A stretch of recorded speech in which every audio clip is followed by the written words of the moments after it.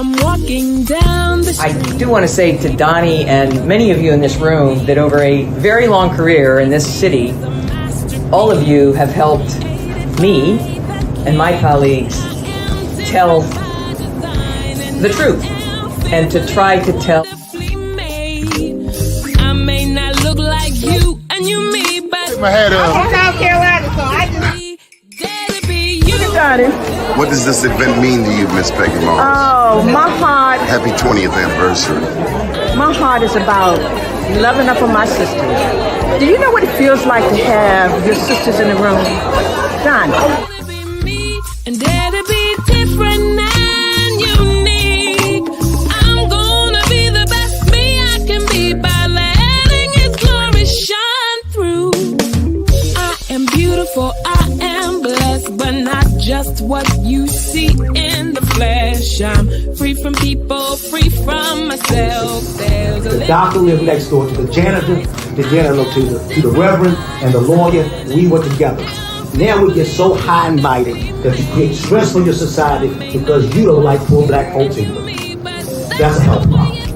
Get yourself together so I can stop being taking care of geriatric people and get back to pediatrics. I thank you, Doni, for all you've done. Let's keep doing it all the more. letting His glory shine through. Dare to be you, dare to be me, dare to be different and unique. I'm gonna be the best me I can be by letting His glory shine through. And I dare you, I dare you, I dare you to be you. First name's Doni, last name's Glover. In it to win it for the long haul, baby. Good morning. Good morning. Good morning. Baltimore City Mayor Bernard Jack Young. Happy belated birthday. We should have been hanging out. I guess I did see you around your birthday over there at Reggie's mom's. Well, that was just before our birthdays. But nonetheless, top of the morning, Mr. Mayor. Okay, so today's guest is a phenomenal woman. And like former Mayor Young and myself, she's a Cancerian. So, you know, as Cancers, we stick together. Check out this biography. University of Maryland, College Park, BA in English. Morgan State University, Masters in Urban Education. University of Pittsburgh, Theater Fellowship. Loyola College, Supervision and Administration Certification. Sewanee, University of the South, Education Ministry, Education Certification. Teacher 6 through 12. Administrator 1 and 2, Principal Certification, Baltimore City Schools Certification, English Teacher, United Way of Central Maryland, Director of Community Programs, Baltimore City Schools Drama and Speech Teacher, Federal Bureau of Investigation Agent, Baltimore County Public Schools Teacher, Chair, Equity Specialist Assistant Principal, Morgan State University Instructor, Graduate Cohort, Baltimore County Board of Education. Now, I got to just say this because I don't think this happens often. Now, this was her first year in Annapolis. She sponsored 4 bills and she co-sponsored, I'm going to take 5, 10, 15, 20, 25, 30, 35, 40, 45, 50, 55, 60. I guess she co-sponsored about 60 bills. But she's going to tell us. Good morning, Delegate, Educator Extraordinaire, friend, big sis, Cheryl Pasteur. Ashe. Good morning. Good morning. Good morning. Ashe to the ancestors. Thank you. And thank you for having me on. And just thank you for being you and speaking truth. Thank you. I got to throw 2 names at you. Ella White Campbell and Dunbar Brooks. Okay. They're among our ancestors. Yeah. And I love both of them. Now, they were some fiery folks. Both of them spoke truth, stepped on toes, slapped people around. You know, I always say, do you know what a bitch slap is? It's not just a hard slap. Can I say that? Okay, a bitch slap is just like this, bam, bam. You get it on both sides so fast, you don't even know what happened, all right? So both of them did that. And I love both of them. Notice I put that in the present tense because those spirits stay with us. Don't ever get it twisted. When you think you're going south and you're supposed to be going north, they will stop you at the gate, slap you around, and turn you around if you're worthwhile. Because we know sometimes we have to just let some folks roll on, right? Because every brother's not a brother, every sister's not a sister. So some you just let walk right on through the portals. So you got me started. So let me shut up. Okay, go ahead. One day, I think Aaron Barnett and I weren't quite on the same page. And I get a phone call. And the phone call was from Ella White Campbell. And I was instructed to come to her house and sit at her dining room table. Mm-hmm. A magnanimous house. You got to look around and see where you at. Mm-hmm. And she proceeded to hold court. Oh, yeah.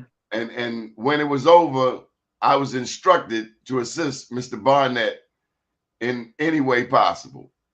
Well. Now, Dunbar Brooks, I've only heard stories of his work, but what I think I understand is that he was an advocate for Black people. And so let's put this into context. We have been moving, migrating, emigrating from basically West Baltimore out the Liberty Road corridor since about, I guess, the late 60s. Mm-hmm. And so in that emigration, in that sort of mass exodus, because it was gradual, a lot of us wanted better schools, better homes. Many of us were, tired of Baltimore City. And so as we got out there, we had to take with us our political acumen. And it was people like Ella White Campbell, Dunbar, yourself, who kept us on point. I have relatives out the Liberty Road corridor, and I submit to you, they'll call me and say, who do I vote for? Mm-hmm. Oh, now, yeah. I sort of grew up out there. All of my family was out there. So I've been going out there since a teenager. But politically, I know that we aren't as active as we should and could be. Mm-hmm. Mm-hmm. So may I jump in here? I want to start with the second person, with Dunbar. He was certainly, whether on the school board, whatever it is he did, he was an advocate for African Americans. However, he was not an advocate for stupidity. And that's important to understand, because his whole thing, and he has a daughter who's Principal Cheryl, and she's awesome. I'm so happy that she's working with children.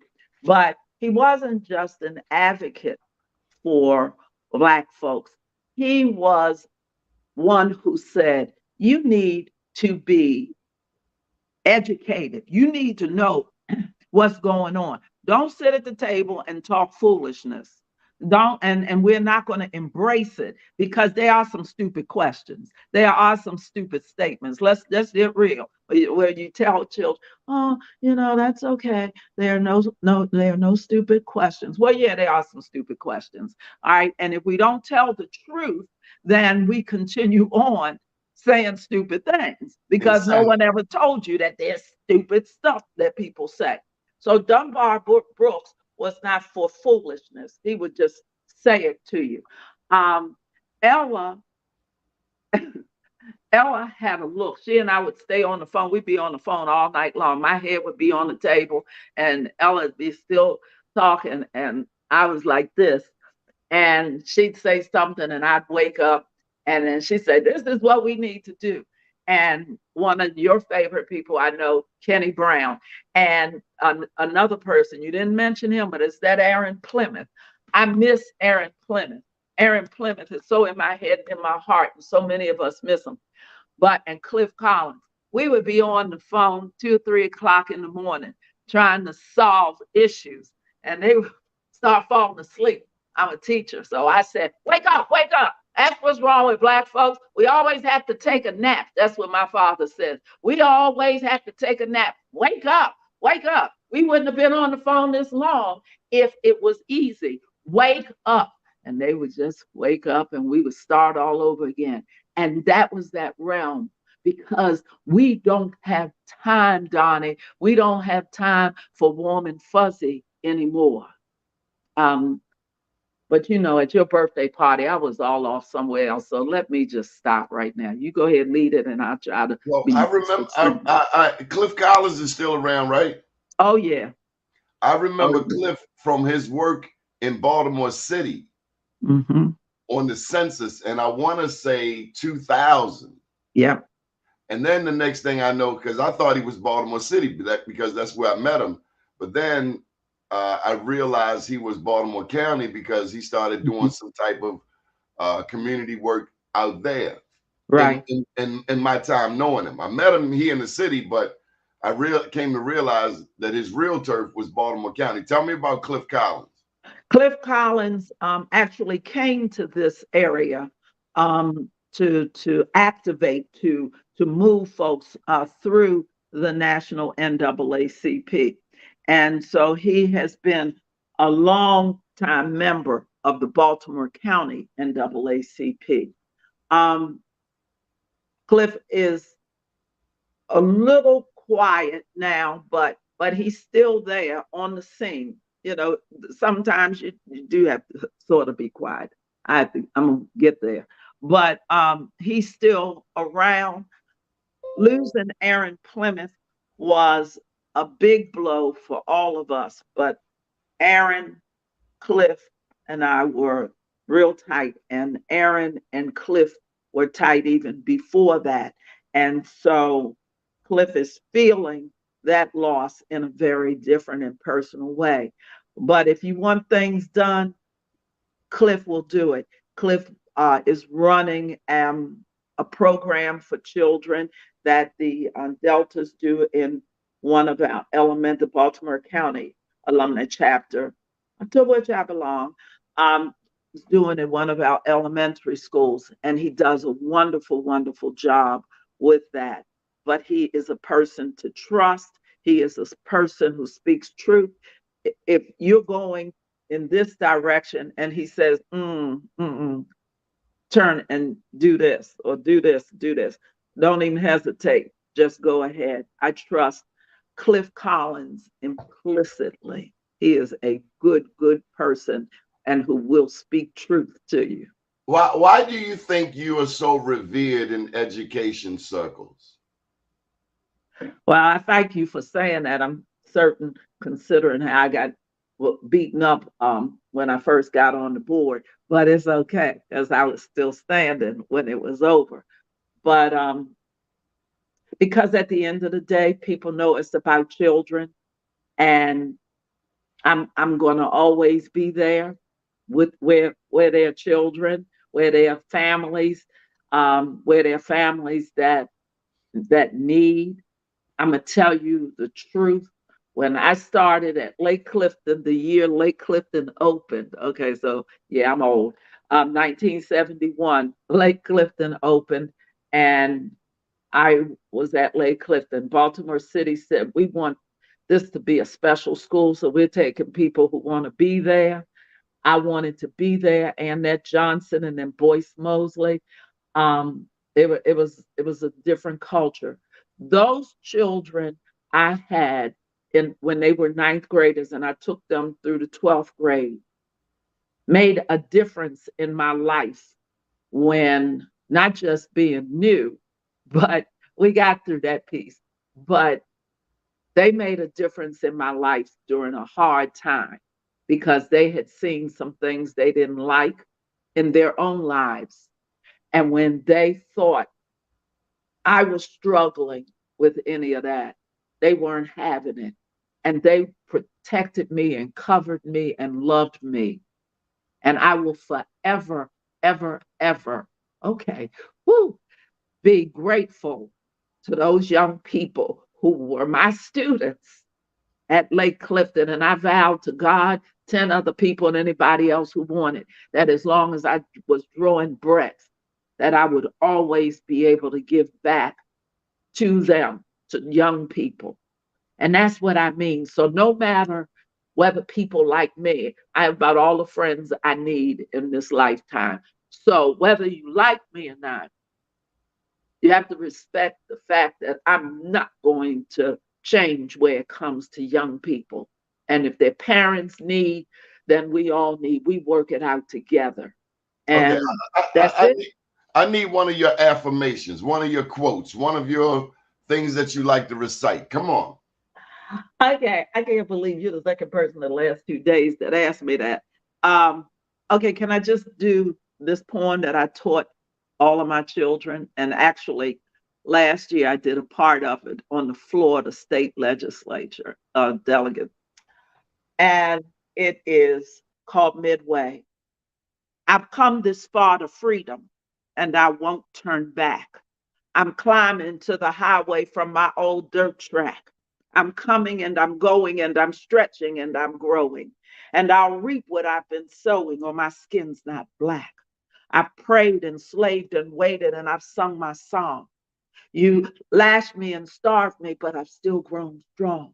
Lashed me and you've treed me and you've everything but freed me. But in time, you'll know you need me, and it won't be long.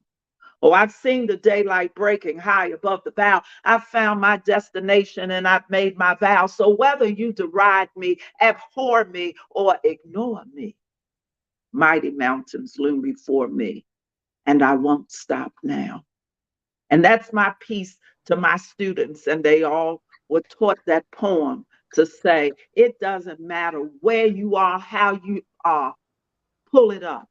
Pull it up and pull it together. And when I see my babies on the street now, they say, Miss Pasteur, and some of them I used to have to do this to every day. Look at me. I got a job, I got a good house, I have a family. I'm out here. And that's the bottom line. Because if we don't take care of our children, our communities are going to fall. You know, that poem put me in the mindset, and you would know better than me. What was that poem said? Lies, lies, bless the Lord. Don't you know the day is abroad? If you don't get out that bed, you scamp, there'll be trouble in this here camp. That's all I remember. That's right. That's right. That's right. And that's what we have to do for our young people every single day. Every single day. Affirm for them that they are okay, that we might be tough, but it's only out of love. We throw away no children. We throw away no one. So when did you come to be the educational powerhouse in Baltimore County? I get it, you over there in East Baltimore with our Dunbar arch nemesis, Lake Clifton, but how did you end up out Liberty Road? Well, it's an ugly story. So when I was in the FBI, I knew that I needed to come back because the stuff I worked and things I saw, I wanted to come back to education. So I had always been in Baltimore City. But the year I came back to the Baltimore area, I, of course, applied to Baltimore City. Well, that was the year that in HR, they were having a little problem. And they kept saying, they didn't have enough teachers. And they kept saying, we don't have people who are applying. Well, I had applied and no one ever got in touch with me.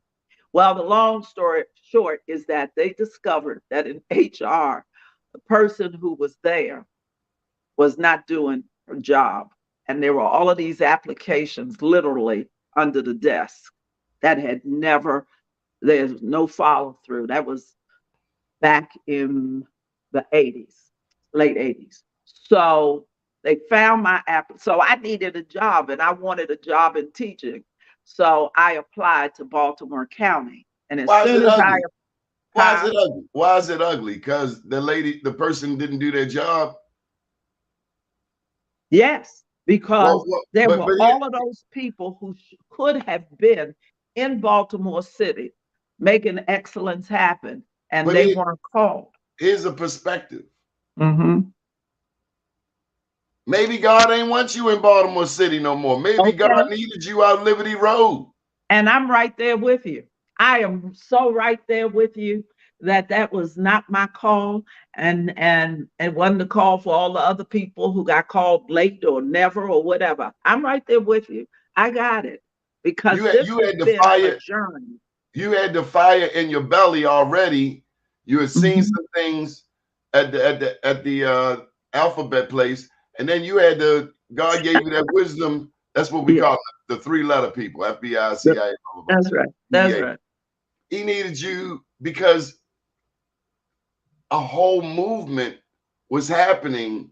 This whole immigration of many people from Baltimore emigrating to Northwest Baltimore County, and they needed a Harriet Tubman out that way. As you were reciting that piece, Harriet Tubman came to my mind. Is she one of your favorites? Oh, was she? I do Harriet Tubman reenactments. Oh, okay, there you go. Can we get one? Can we get a sample? I can give you. And I went back down to the cabin, to my old people. I went to the cabin and saw, and I've forgotten her name, and I knew what I needed to do. So I took them and I made my way. And when I reached that land, I looked up and I looked at the sun shining down between the branches and the leaves on that tree, and I knew that I was free. But my freedom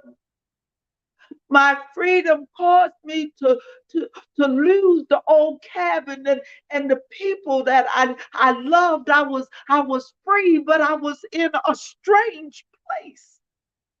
And I vowed then that as I was free, my people would be free. Sarah said, yeah. Bravo. See, if I known you were going to ask me to do that, I would have been really prepared. So that was off an old person. No, that's just fine. When I think of, and I learned this from the first Black councilwoman on the Eastern Shore, Moon Ying Jackson Amos, that Harriet Tubman went back to get her husband, and this cat had already taken up with another woman. Correct.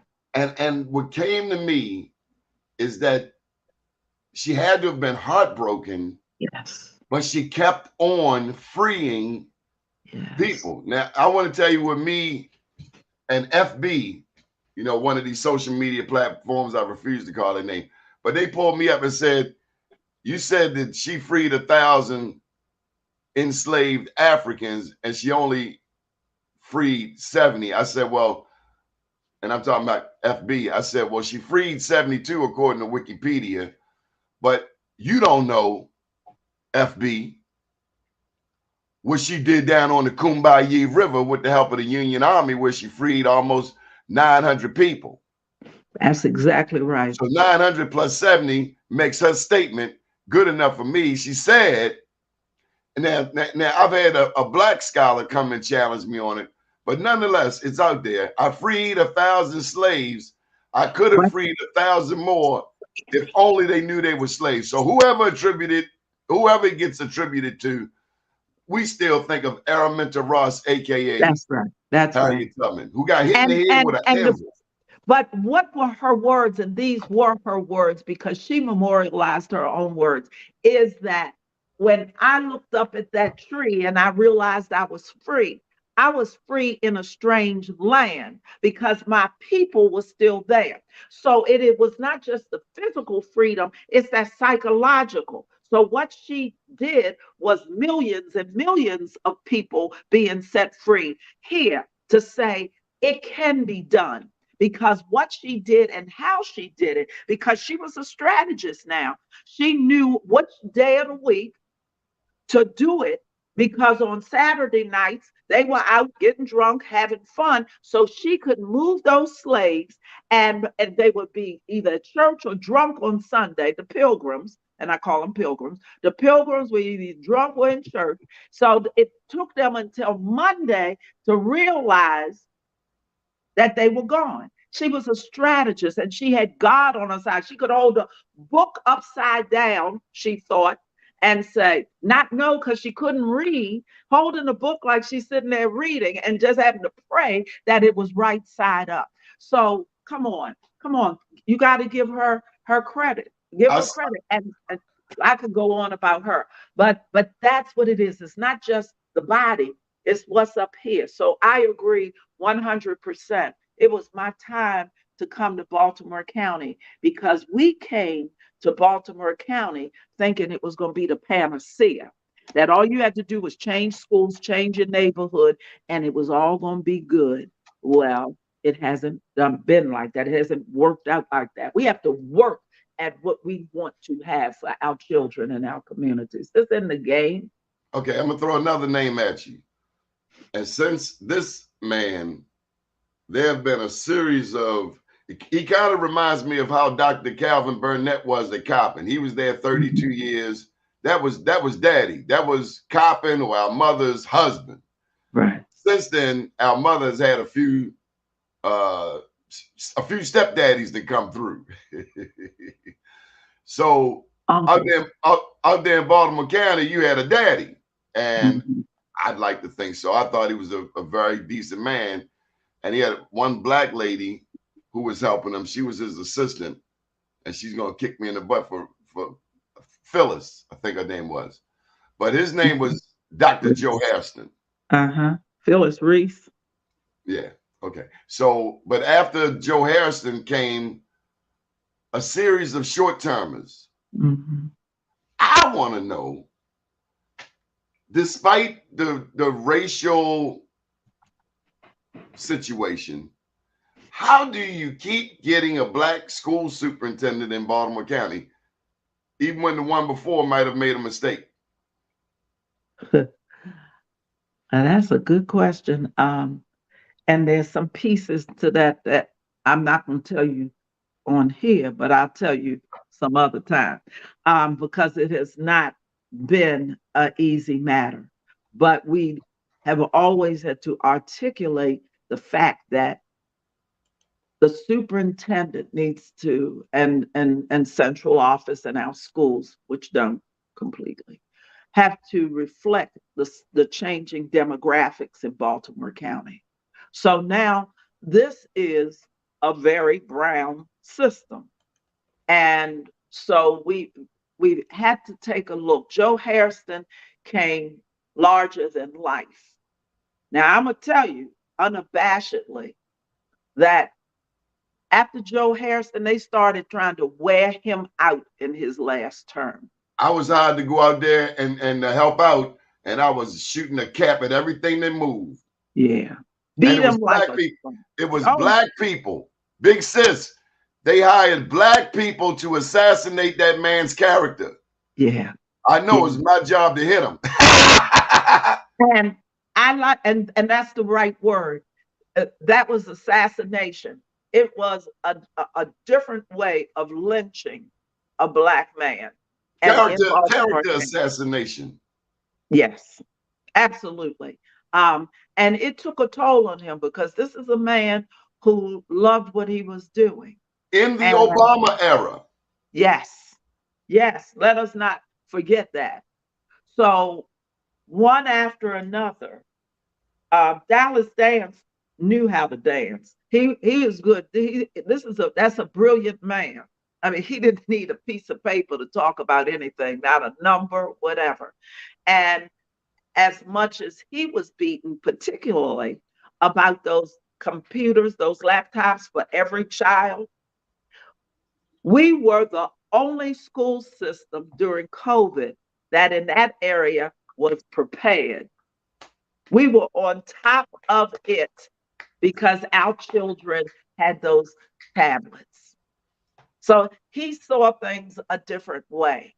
But when he didn't want to play a particular game, then he got caught up. But always remember that what he did, and I have to say this in honesty, that what he did that put that light, a different light on him, was not why he had to do a little time. he did a little time because he didn't tell the truth. He should have just said, okay, this is what I did. And it had to do with the way I was, some other things, work I was doing, et cetera, et cetera. Throw yourself on the sword for a minute, and then take a look at the other people who sat on the board, who were around him, who also had glitches in their reports. Fix it. Fix it.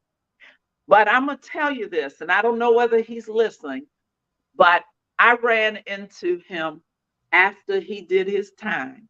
And I said, so tell me what lesson you learned, brother. And he said, I learned no matter how bright I am, no matter how gifted I am, I'm still a Black man in America. And there's some things that others can do that I can't, even if it is not illegal. It'll come up looking like that. And I told a lie.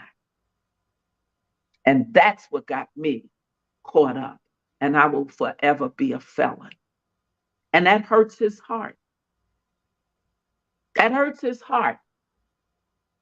And we keep going through that. And I want to make it clear, Dr. Yarbrough, as awesome and brilliant as she is, it was not a cakewalk coming into being superintendent this time.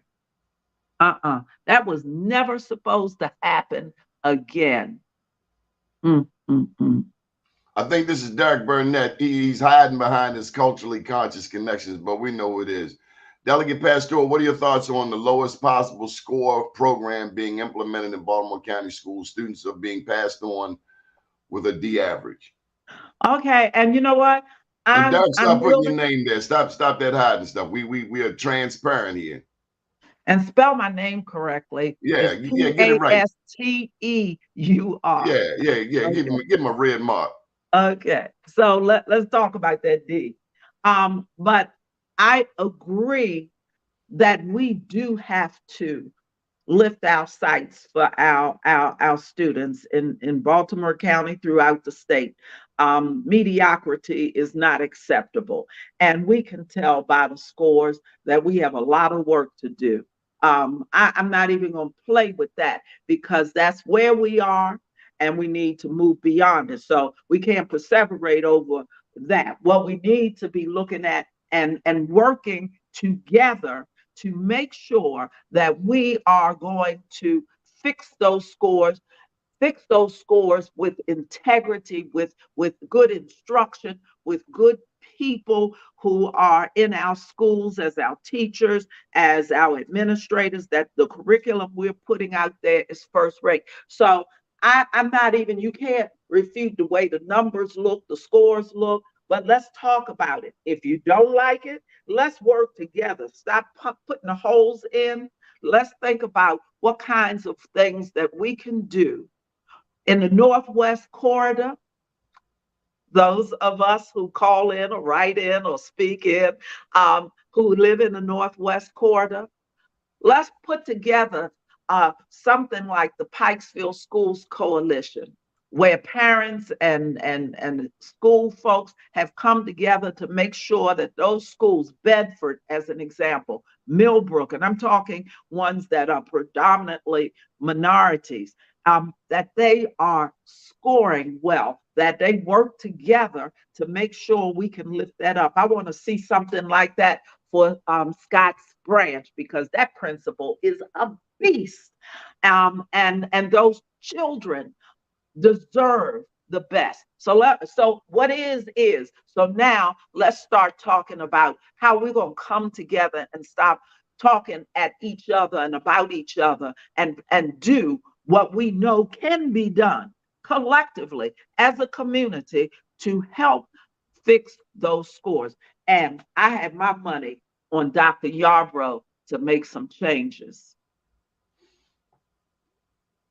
How come there are no Black people on the school board? We have 1, 2, 3, 4. We have 5. What's the racial dynamics? This is the best number we've had ever.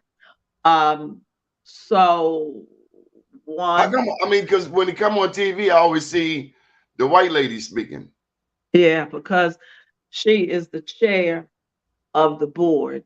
So she gets to speak. When Makita Scott was chair, you would get to see Makita, but the one now is chair. The vice chair is Black. And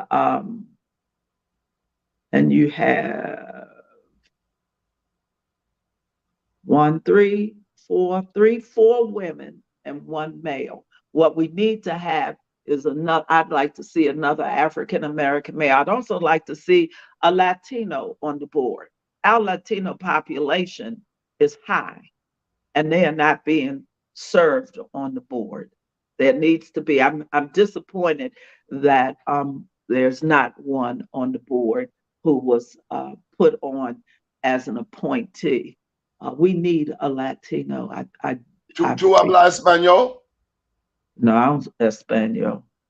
I'm a Necesitamos una persona que habla español. Somebody got to speak Spanish. All right. Well, I can speak some words that all of the people with whom I speak know real well, and they fall out laughing when I use them, but I know those. I learned that when I was in that other place, other job, and I was living in Florida. So I do have some Spanish under my belt, but I'm not going to share it with you here. But let me just say this about your alphabet groups, because I think it's important to know how I ended up in there. That was not something that I aspired to do. But the year I applied to take the test, the Latino agents and the African American agents were doing a class action suit against the Bureau about hiring practices. And so I just said, well, let me just take this test because that plucked my nerves. So and the answer was, we can't find qualified people. So I took the test, and without going into a lot of details, there was an attempt to have me not go any further after I took the test. But I called headquarters and said, I know this isn't true. I know that was an English test. So I know what I scored. And they said, well, nobody would have called you anyway. So we don't understand what happened. I said, well, I understand what happened. But they looked into it and found that I actually had scored really high. So I was on a track because at that time I was 34. And at that time, 35 was the cutoff. So they were moving me quickly because they had this baggage on them with that suit. So I wasn't going to go in, but I thought, you know what? This is interesting. I don't like people to play me. So I'm going to follow through. You can't raise hell and then back up and hide. So I said, let me just follow through. And I never liked some of the things that happened during the 60s and the 70s. Like J. Edgar Hoover. Was he a black man? Was he a black man? Hoover? Yeah. I think not. But I'm going to tell you, Hoover helped me learn how to run fast, because when we had to do that run, I'd run past his grave and I'd say, this is for you, and could take off. But I did learn, Doni, during the process that during my college days, I had been watched with the Black students who were on Maryland for potential subversive activities. And I'm going to just stop there on that one.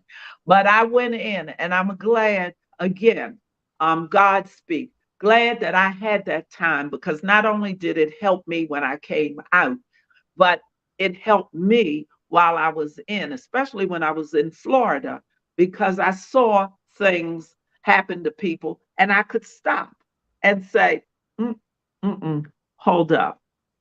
Let me show you what I do. You don't want this civil rights violation, because I'm going to file it for them. So again, I could see it as a step. Tell me about Florida. Godspeed. There's so much history in Florida. You know, this book the first people in Oklahoma came out of Florida. The Second Seminole War, I think, was one of the largest. They call it the Seminole War, but it was black Indians, and Seminoles fighting against the likes of Andrew Jackson, $20 bill. Yes. Florida, owned by Spain until 1831, was a bastion of freedom for black folks. Yes. Well, that was undone. Yes. Systematically. Florida, when I might just talk about when I was living there, was real interesting to me because it was almost once you got below Jacksonville. See, those folks in the northern part knew that they were black folks in the South.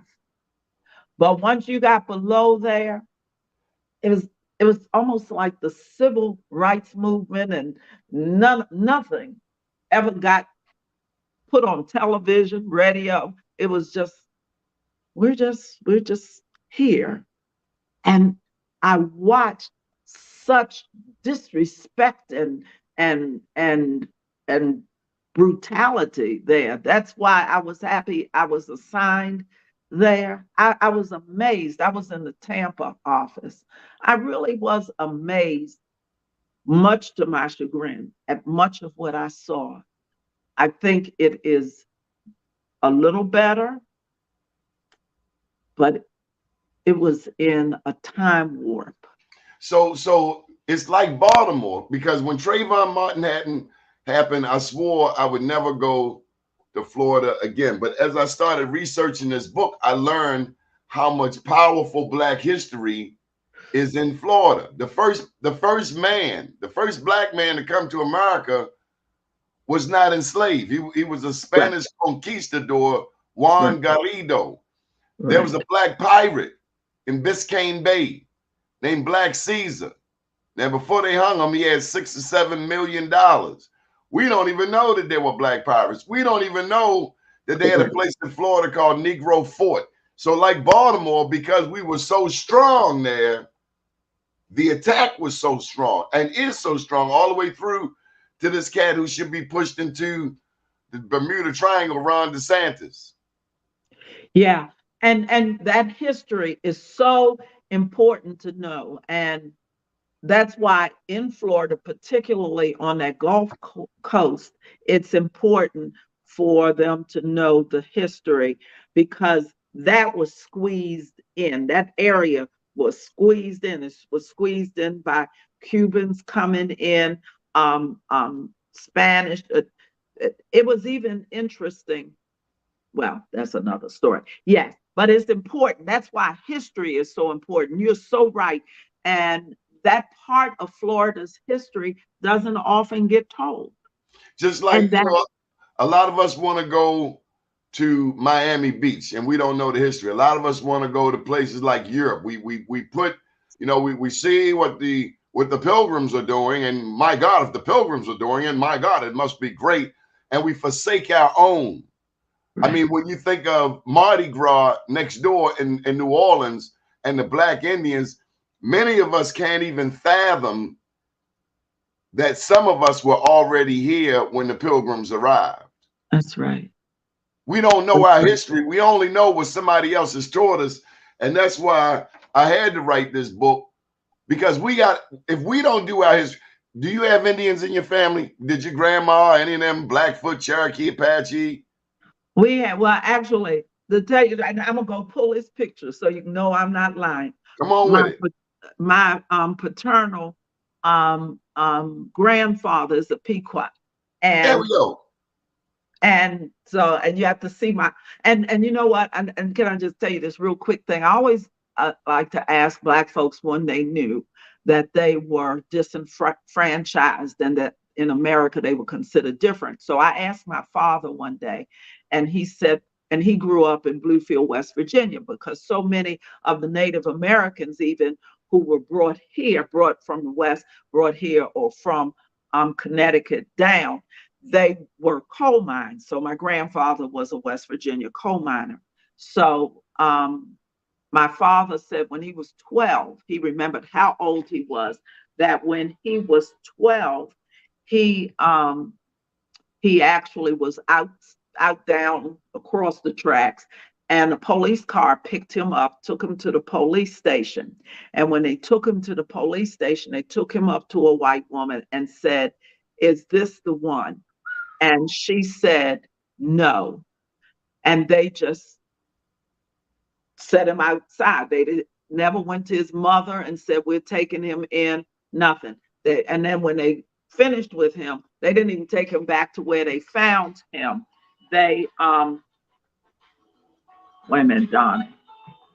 They just put him outside the door. Well, he recognized, and this was fortunate, that he looks like his father.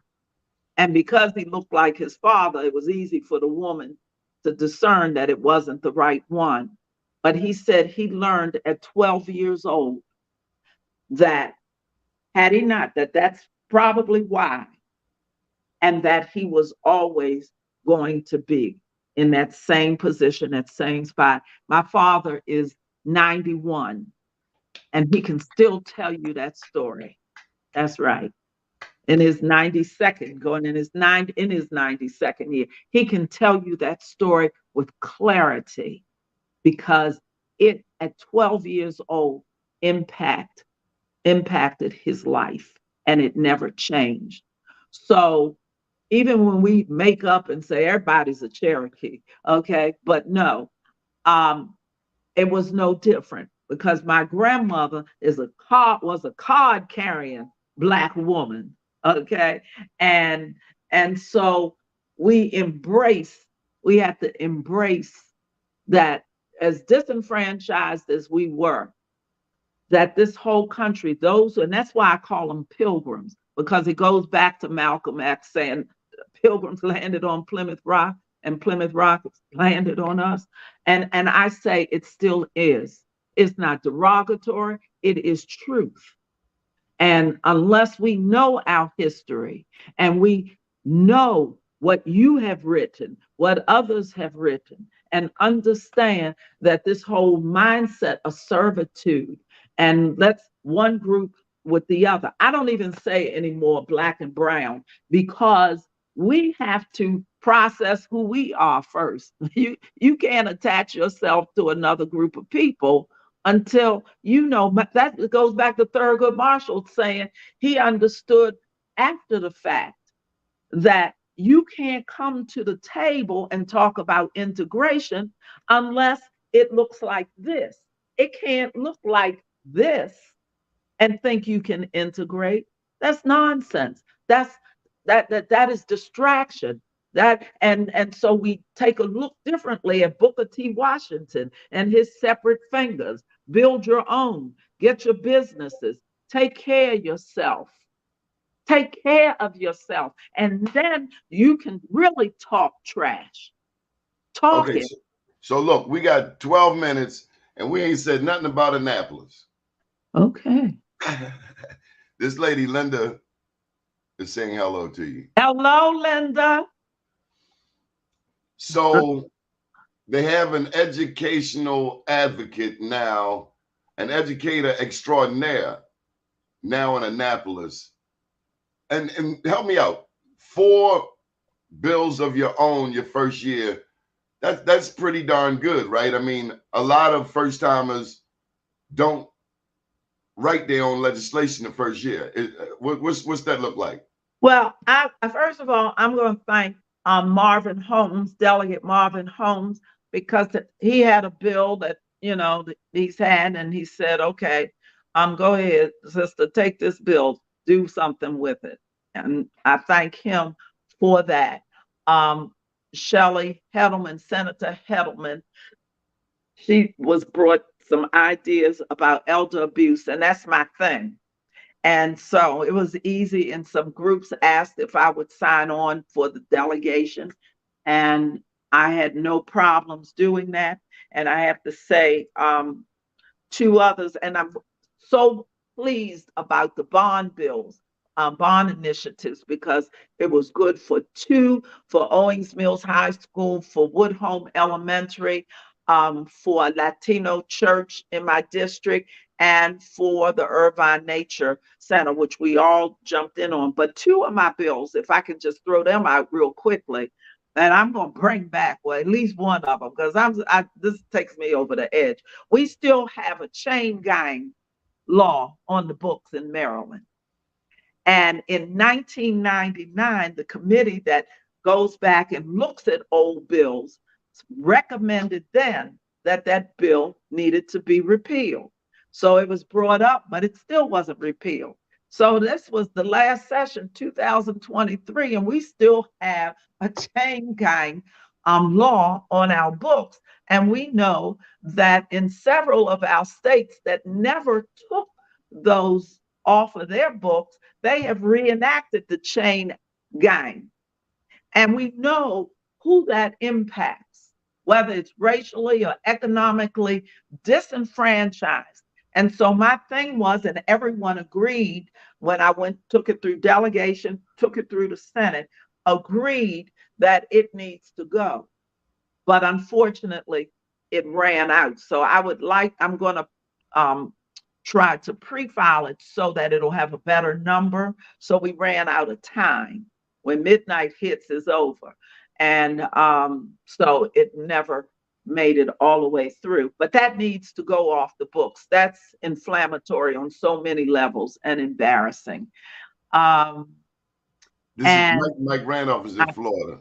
And then this isn't Linda. This is Kiana Cook. Oh, Kiana Cook. Hey, Kiana Cook. That's right. Less than I. Kiana Cook. Right across from where our church grew up at the Church of the Holy Trinity on Lafayette and Wheeler. All right. That's your church? Yes. That's a real short service. I like that church. Oh, yeah. It's real short, 45. It was like 20 minutes. No, it's about 40 minutes, 45 minutes. I love that church. I was in and out, no problem. That's the home for James Mosher baseball. Yes. But Doni, let me now tell you this real quickly. On the 29th, which I think is next Tuesday, 29th at West Towson Elementary School, the Legislative Black Caucus of Maryland,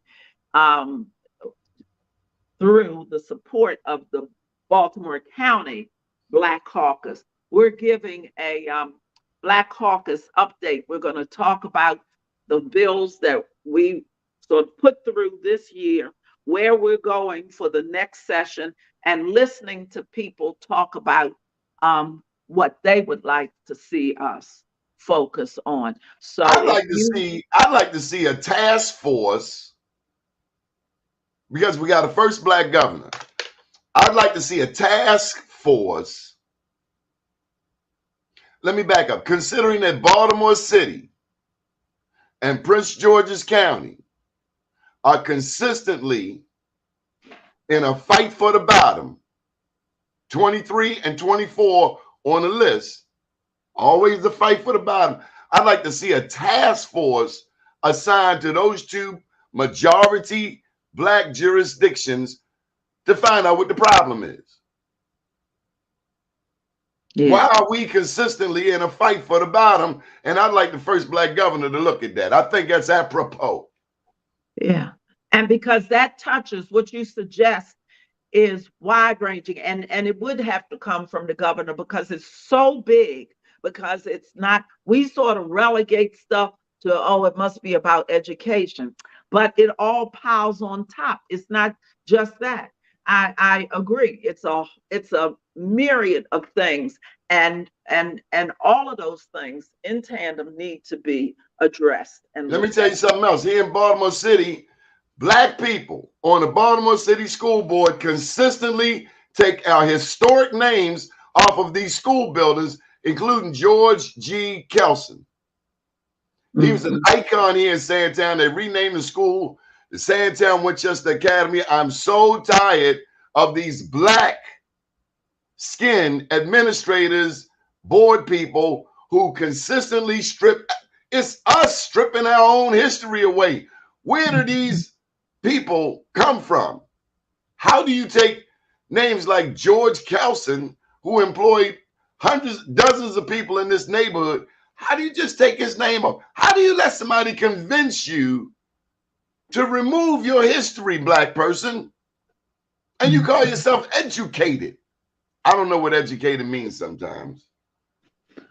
Well, that's a good point. And I will say that tonight I'm having a fundraiser, and I call it, however, a collaborator, because Where and when? it's at the community college / library in Owens Mills on Grand Central, and it's at 5:30 to 7:30. And it's just such a wonderful group of people who have indicated that they're coming because they represent, it's not just political in that sense. It's about, that's why I'm calling it a collaborator, because I want people to talk about the issues that are hitting them, like Derek and Kenya Vincent. You need to have them on your show, who are working tirelessly for those who have been released from prison, so we can really make sure they get back into the community and have legs on which to stand, and so that they can talk to folks in the room about what they're doing. There's similar things. Dr. Nancy Connor, who is doing some wonderful work, and I'm trying to help her on women veterans. So just I'm trying to pull in different people tonight so that they can talk to each other and talk to some of the elected officials who will be there, and try to get some legs, some under them, some of these things that are real issues in our communities, about what we can do. The Sankofa African American Children Museum will be there tonight. So I know it's a little different and unprecedented, but I needed to pull all of these people together and say, what is it that we can do to make our community stronger? And here everybody is in this little space with your elected officials. So let's make excellence to happen tonight. So I call it a community of learners and developing a community of learning, because as Nikki Giovanni says, we all have something to give and what's more is on the take. So it goes like this. So please come if you can. So how can people reach you? How can they donate to your campaign? That's probably why I don't run for office, because I hate that, sending out campaign fundraisers.